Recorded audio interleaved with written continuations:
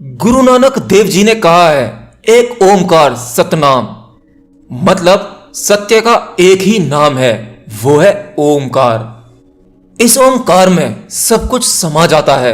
हमारी सभी खोजें इसी में समाती हैं। और जिसने इस एक शब्द को समझ लिया, समझो उसने सब समझ लिया। इसलिए इस एक शब्द को बहुत छोटे में ना लें, इसे बहुत ध्यान से समझने की कोशिश करें। हाँ, शब्द इसे कहना पड़ रहा है। ओमकार को शब्द कहना बिल्कुल भी उचित नहीं है। असल में ये एक हमारी मजबूरी है, क्योंकि कुछ तो कहना ही पड़ेगा। ओमकार शब्द इसलिए नहीं है क्योंकि इसका कोई मतलब नहीं है।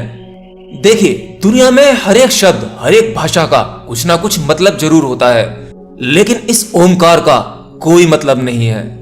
ये ओमकार अर्थातीत है। शब्द चाहे कुछ भी हो, उनका अर्थ होता है, लेकिन ओमकार केवल एक ध्वनि है। हालांकि इस ओमकार को ध्वनि का नाम देना भी एक मजबूरी है। इसे बताने के लिए कुछ कहना पड़ेगा, इसीलिए कुछ तो कहना ही पड़ता है। इसीलिए इसे एक शब्द बना दिया गया, ओम, या फिर इसे ध्वनि का नाम दिया गया।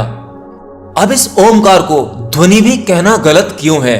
देखिए, इस दुनिया में बहुत सारी ध्वनियां हैं, बहुत सारी आवाजें हैं, और किसी भी आवाज को पैदा करने के लिए टकराव जरूरी होता है। दो वस्तुओं का टकराव, दो चीजों का टकराव। जैसे मान लीजिए आप ताली बजाते हो, तो ताली दोनों हाथों से बजानी पड़ती है, तभी ध्वनि उत्पन्न होती है। उसी प्रकार जगत की सभी ध्वनियों में एक टकराव है, इसी वजह से वो ध्वनि है। इसे योग भाषा में आहद नाद कहा गया है, मतलब दो चीजों के टकराव से होने वाली आवाज, वो ध्वनि, वही आहद नाद होता है। लेकिन ओमकार अनाहत नाद है। ये ध्वनि किसी वस्तु के टकराने से नहीं आती। इसे आप एक हाथ की ताली भी कह सकते हैं। तो इस ओमकार को शब्द नहीं कह सकते क्योंकि शब्दों का अर्थ होता है, और इसे ध्वनि भी नहीं कह सकते क्योंकि सभी ध्वनियां उत्पन्न की जाती हैं। ओमकार शुद्धतम ध्वनि है, जो किसी के टकराव से पैदा नहीं होती। ये तो बस है, इसका ओर छोर किसी को नहीं पता। अब देखो, जिस ओमकार को आप और हम जानते हैं, जिसका जाप आप करते हैं, असल में वो भी ओमकार नहीं है। और गुरु नानक जी उस ओमकार की बात नहीं कर रहे हैं जिस मंत्र को आप रटते हैं, क्योंकि जिस ओमकार नाद का आप मंत्र जाप करते हैं, वो भी तो एक ध्वनि है। वो ध्वनि भी आपके द्वारा ही उत्पन्न की जा रही है। उसमें भी आपके कंठ का उपयोग हुआ है। आपके कंठ में कुछ ध्वनि की टकराहट हुई है, इसी वजह से वो ध्वनि उत्पन्न हुई है। तो इसीलिए गुरु नानक जी ने कहा है, ओमकार का जाप कोई कर नहीं सकता। हाँ, ओमकार के जाप के लिए आप जो भी प्रयत्न करते हैं, ये सिर्फ एक तरह का प्रयास है, एक एक्सरसाइज है। असल में आपके द्वारा उच्चारण किया हुआ ओमकार का ये जाप एक सेतु का काम करता है। धीरे धीरे जब ये प्रयास बहुत गहरा उतर जाता है, तो असली ओमकार नाद आपके भीतर से पैदा हो जाता है।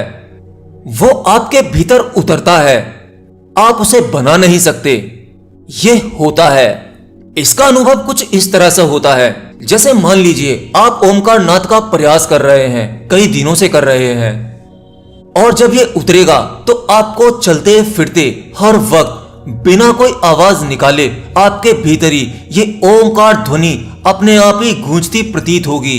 वो ध्वनि आप साफ साफ सुन सकते हैं, आपको उस ध्वनि को निकालने की जरूरत नहीं है। वह ध्वनि अपने आप ही घटित हो रही होती है आपके भीतर, और आपके भीतरी कान साफ साफ उसे सुन सकते हैं। आप उससे बच नहीं सकते। आपका रुआ रुआ उस ओमकार ध्वनि से गूंज उठता है। देखिए, हमारे पास ये 5 इंद्रियां हैं, इससे हम भौतिक संसार के बारे में जान सकते हैं, लेकिन हमारे भीतर कुछ सूक्ष्म इंद्रियां भी हैं जिनसे हम रहस्यमय चीजों के बारे में जान सकते हैं। और हमारे कान और आंखों की इतनी ही क्षमताएं नहीं होती, इनसे तो हम भौतिकी चीजों के बारे में जान पाते हैं। लेकिन जब यात्रा आपकी भीतर की ओर होती है, तो आप इससे रहस्यमय चीजों के बारे में जानने लगते हैं। और ये ओमकार भी सभी रहस्यों का एक शुद्धतम रहस्य है। ये ओमकार अजपा है, इसका कभी जाप नहीं किया जा सकता। हाँ, मैंने अपनी पिछली कुछ वीडियो में अभ्यास के लिए आपको कुछ ओमकार की ध्वनि निकालकर दिखाई थी। वो प्रयास इसीलिए है कि जब आप ये प्रयास करो तो एक दिन वो ओमकार आपके भीतर अपने आप ही घटित हो जाए। फिर आपको स्वयं से वो ओमकार की ध्वनि निकालने की जरूरत कभी ना पड़े। दुनिया में सभी साधनाएं ये केवल आपको तैयार करने की एक तैयारी होती है। ये साधनाएं आपको प्रिपेयर करती हैं उस ईश्वरीय घटना के लिए, जो घटना आपके अंदर जब घटती है जब आप कुछ नहीं करते। जैसे ये ओमकार होता है, और ये ओमकार जपा नहीं जाता, ये सुना जाता है। और जिस दिन ये ओमकार आपके भीतर उतर गया, उस दिन आप नहीं रहते, केवल ये ओमकार ही रहता है। इसीलिए ओमकार को महामंत्र कहा गया है। बाकी तो सारे मंत्र हैं, लेकिन ओमकार एक महामंत्र है। और इस ओमकार को लगभग सभी बड़े धर्मों ने माना है। जैन, बौद्ध, हिंदू ये भी इस ओमकार को कभी नहीं नकारते। हालांकि बुद्धिज्म मूर्ति पूजा पर विश्वास नहीं करते, लेकिन वो भी ओमकार को नहीं झुटलाते। वो मानते हैं ओमकार को आत्मा परमात्मा से भी ऊपर।